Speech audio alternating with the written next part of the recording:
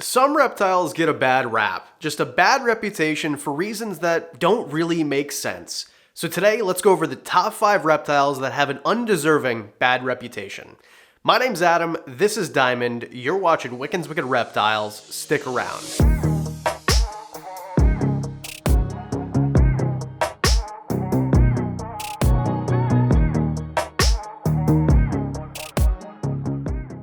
Although he might deserve it for all the times he's tried to bite my ear while filming these videos, Diamond and Bearded Dragons are not going to be on this list.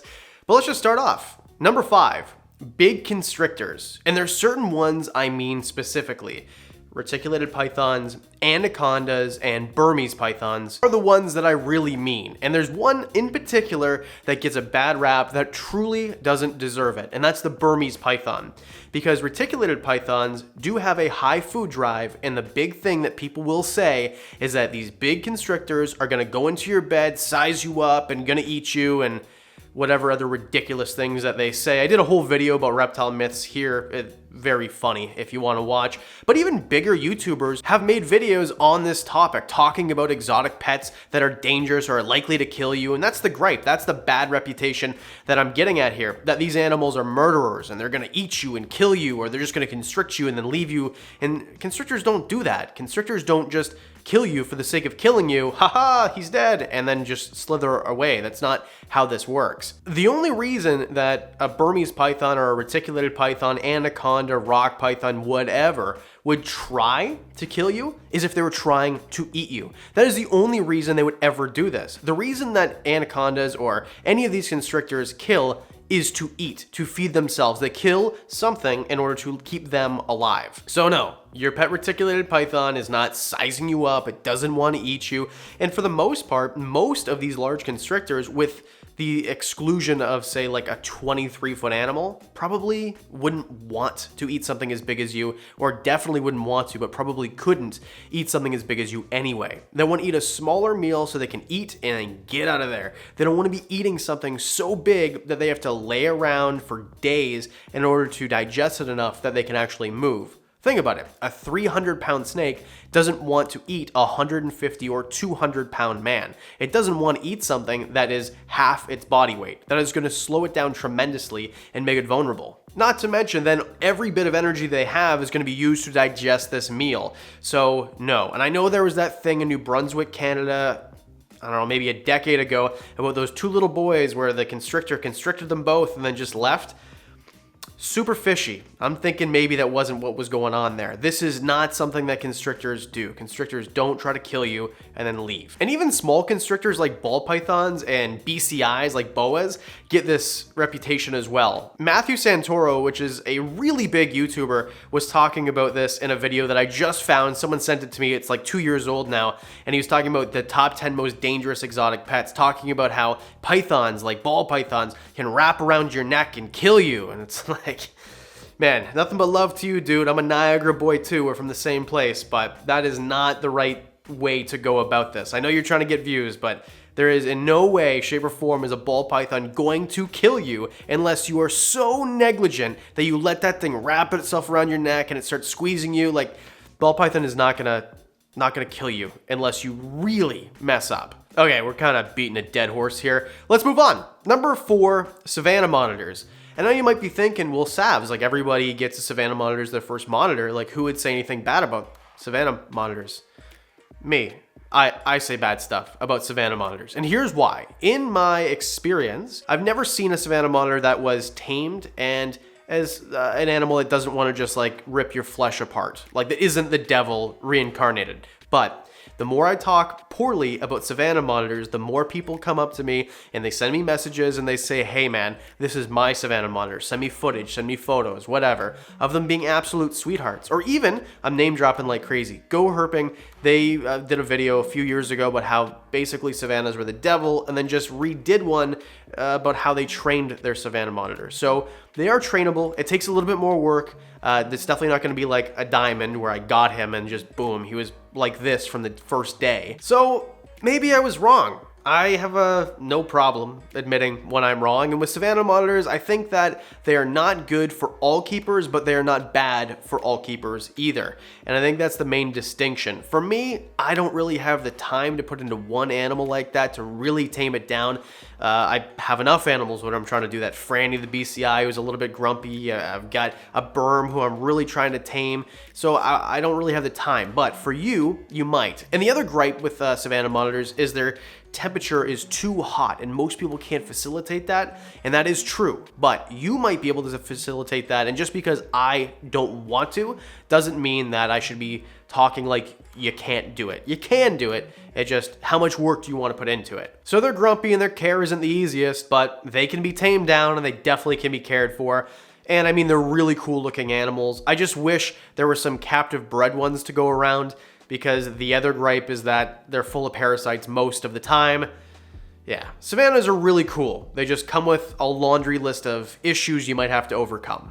Number 3, turtles. Now, you saw the title, you knew what was going to be on the list. Turtles, 100% always. I like turtles. And even when I was a kid, I wanted turtles, and my parents said no, absolutely not. And I understand now why, because they do have care requirements, which we're going to get into in a moment, that aren't the easiest, especially for like a 6-year-old or however old I was, to take care of. I'm not going to be doing full-on water changes at 6. Most kids aren't. If you do, or your kid does, awesome. You got a great kid. But I wouldn't have been doing that. It stinks, and I don't want to deal with it, so I'm going to go ride my bike. That would have been me. But the thing with turtles that really gives them the bad reputation is this salmonella thing. It's like everybody thinks if you got a turtle, all of a sudden everything in your house is contaminated with salmonella. Don't lick your turtle, basically, is kind of like the answer for that. Wash your hands always. Basic hygiene things, right? Handle any reptile before you put something in your mouth. Wash your hands. Don't lick your reptile. Simple things like that. This is just something that I think was so obvious. I don't really say in a lot of videos, and maybe I should. And yes, you can get salmonella poisoning from animals, and turtles are one of them. But if your turtle is healthy, you're giving them a healthy diet, you're doing water changes, you're doing everything in your power to mitigate salmonella being present at all, or if there is salmonella present, mitigate having enough of it to cause an issue. So I think that as long as you shouldn't be really handling your turtles anyway. Don't be taking your yellow belly slider out and kind of like putting it on your shoulder and filming it. I wouldn't recommend doing that. But if you're sticking your hands in the water, interacting with them, cleaning their shells, whatever you're doing with them, just be clean after. I'll say it for the last time. Wash your hands. And right now, at a time like this, shouldn't we be washing our hands constantly anyway? This is the first year I haven't been sick once in 2020, because I just wash my hands all the time now, knock on wood. Turtles can be great pets. Make sure that you've got a big enough enclosure. I did a whole video about turtles right here and why they might be bad pets, but they can be really good pets too. So do your research, give them a big enough enclosure, do your water changes, yada yada, bing bang, boom, Bob's your uncle, or whatever I say. Number 2, carpet pythons. Carpet pythons get a bad rap for being nippy or bitey or aggressive. And most snakes aren't aggressive. That's a bad word to use. Most snakes are defensive. And don't bite my ear, stop it. Perfect example. Carpet python might be nippy as a baby, but you can adjust it and you can make it so that it is kind of tamed down. I'm very lucky to have this awesome community on Discord. There's a link below. It's basically just like a chat room. You talk about reptiles. And there's a lot of people I speak to daily on there that have carpet pythons that have kind of changed my mind. Because I was of the impression too, big animal, big teeth, willingness to bite. So that's why I never really got one. Not that I'm afraid. I mean, snake bites are part of the business, but why would you know, there's so many other things that I think are cool that aren't going to try to bite me every time I stick my hand in the cage. And you might be thinking this way too. But it's not the case. In fact, I know someone who has a coastal carpet python that's about 7 feet, a big animal, super tame, like a puppy dog. And they look so cool. Look at their heads. Look how cool these animals look. And there's so many types. Coastals are big. Irian Jayas are a little bit smaller. There's a whole bunch of different ones. Jags are absolutely gorgeous. So there's a bunch of really beautiful carpet pythons that you can get. They look nice. They're semi-arboreal. So they kind of check all the boxes for interest. They eat really well. I just think they're amazing animals. And for them to have such a bad reputation, one that I believed myself is just kind of like almost embarrassing. So my recommendation is just go into it with an open mind no matter what you get, but carpet pythons might make a great pet for an intermediate keeper who wants an animal that's going to hang out in the trees and eat every time and looks absolutely gorgeous, and they're pretty smart. The way they move around, super duper smart. I'll point to one more card, Intelligent Reptiles. I love doing this video. That was so much fun. But either way, carpet pythons are they're freaking awesome, and they come from the same country as Diamond, so like, best buds. Just joking, don't put your carpet python with your bearded dragon. It'll eat it. Okay, number one, bad reputation that doesn't get deserved reptile, Western hognose snakes, or plains hognose snakes as they are called now, because in the reptile hobby we've got nothing better to do than change the names of everything every 5 months, and then you get to know about it if you're a YouTuber in the comments section. Either way, I love plains hognose snakes. This is my bread and butter. The very first video I ever did was about hognose snakes. I have a special place in my heart for these guys, and the way that they got their bad reputation is because they're venomous. They're dangerous. They'll kill you. No, they're rear fang venomous, and to call them venomous is kind of like, I don't know, overhyped, I guess, or sensationalized, because yes, they do have a toxic saliva, an advanced saliva that if they chewed into you, into your flesh, could produce some nasty irritation. But for most people, if you get bit by a hognose snake, nothing happens. You get 2 little pinpricks, you might bleed a little bit because all snakes have anticoagulant in their saliva. Well, most of them anyway, not every single one. So you might bleed a little bit, but you're not gonna get an infection likely, no problems, no swelling. If you do get a swelling, it's that of like a bee sting. And there are some really bad cases where there might be some blistering and you might feel it up your arm, but you're never gonna die. There is no known cases of a hognose snake ever putting someone in risk of dying. So the bad reputation I get, there is something else to consider, but Western hognose snakes, they would much rather bluff strike or play dead than bite you. And in fact, the only reason that they're gonna bite you for the most part is because they think that you are food. So hognose snakes have a high food drive. There are ways to make sure that they know that you're not food. Sometimes people get unlucky. It's possible to get bitten, but if you do, stay calm. You're not gonna die. It's gonna be okay. And I think everything they have to offer as a benefit really outweighs this small possibility of you getting a little bit injured, just simply because they're amazing. Keeled scale, upturned snout. They act so derpy and cool. When you handle them, they don't hang on to you like a python would, because they're not a constricting snake. They don't constrict. The muscles in their body, they don't want to hold on to anything. And they're not arboreal, so maybe you'll find one like a foot off the ground in a branch, right? Or sometimes you'll see them like in a low-hanging branch looking for fish or tadpoles or frogs out in the wild. But in captivity, you're almost never going to see them off of the floor, so they're not going to be holding on to you. This is just like a really long-winded way to say the way they feel and interact and move is very different, and they're awesome.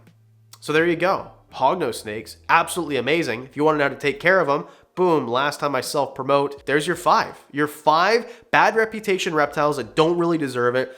What do you think? Did I miss something? Would you put something else on the list? Let me know in the comment section below. That's where I get the video ideas for these videos. So let me know what you want to see. And a special thank you to the Patreon supporters. You guys know about all the extra stuff coming out. I asked you guys if you want to see, well, we'll leave it until next week. We've got some really cool things happening that Patreon knows about. If you want to be in the know for as little as $1 a month, you get discounts on the merch, extra videos, early videos, stuff like that. Link in the description. As well in the description below, you'll find my friends, a link to my friends at Grubterra who produce the best black soldier fly larva on the market. Highly nutritious for your animals like Diamond and Littlefoot and the whole cast here. They ship directly to your door in the US.